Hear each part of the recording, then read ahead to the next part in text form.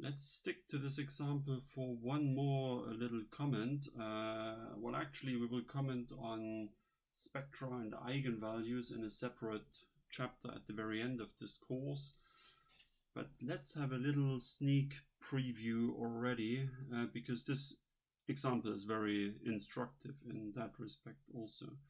So let's look at the spectra or eigenvalues for these approximations. So what are the eigenvalues of our natural finite sections? Well, here we have lower triangular matrices, and for a lower triangular matrix you know that you can read the eigenvalues off from the main diagonal. So the eigenvalues will all be equal to 0. In contrast, in the slightly pimped version that we've been looking at, where we moved the little one that was cut off here to this top corner up there, we can also fairly simply compute the eigenvalues. Well, this matrix is what we called AN before, and what you have to keep in mind is the action of this operator AN, and we called it this forward rotation operator, right? So it moves everything one position down, and the element that falls out at the bottom comes back in from the top. So you rotate everything forward or downwards, if you want to say so, in that direction. Now it's fairly clear if you repeat this operation a couple of times, and if you repeat it as often as this vector has elements, then everything will be back in the original position, right? Okay, so let's write that down.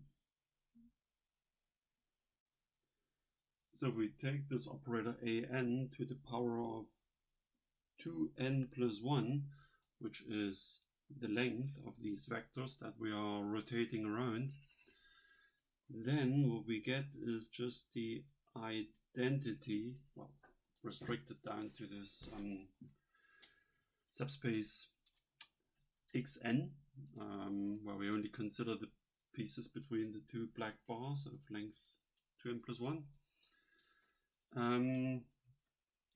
Okay, and such an equation, if you recall your linear algebra course properly, means that the eigenvalues of your matrix have the property that if you put them to the power 2n plus 1, you get the eigenvalues of that matrix here, which of course are all equal to 1. Okay,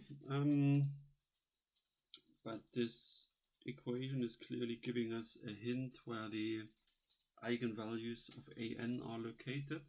These are just the roots of unity, and how many are there? Well, 2n plus 1, so many. So the spectrum of A consists of these n plus 1 points that are nicely and equispaced, located around the unit circle, whereas the spectrum of our finite section approximations just sit around at the origin, which is of course another nice illustration that these are never invertible. They have 0 as an eigenvalue, whereas these are always invertible, and the eigenvalues even stay nicely away from 0, so also the inverses will be good.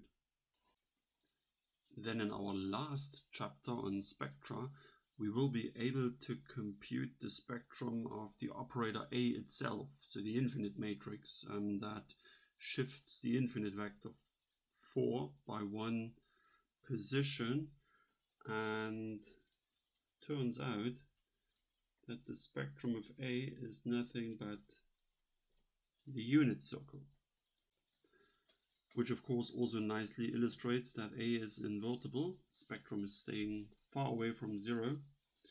But at the same time, it also nicely illustrates that these AN with 1 in this top corner here are much nicer approximations of A, even in the sense that the spectra converge to the spectrum, because obviously when you blow up the N here, then these blue points will become denser and denser and thereby approximate the true answer, which is the unit circle. Okay, but that was just a little preview.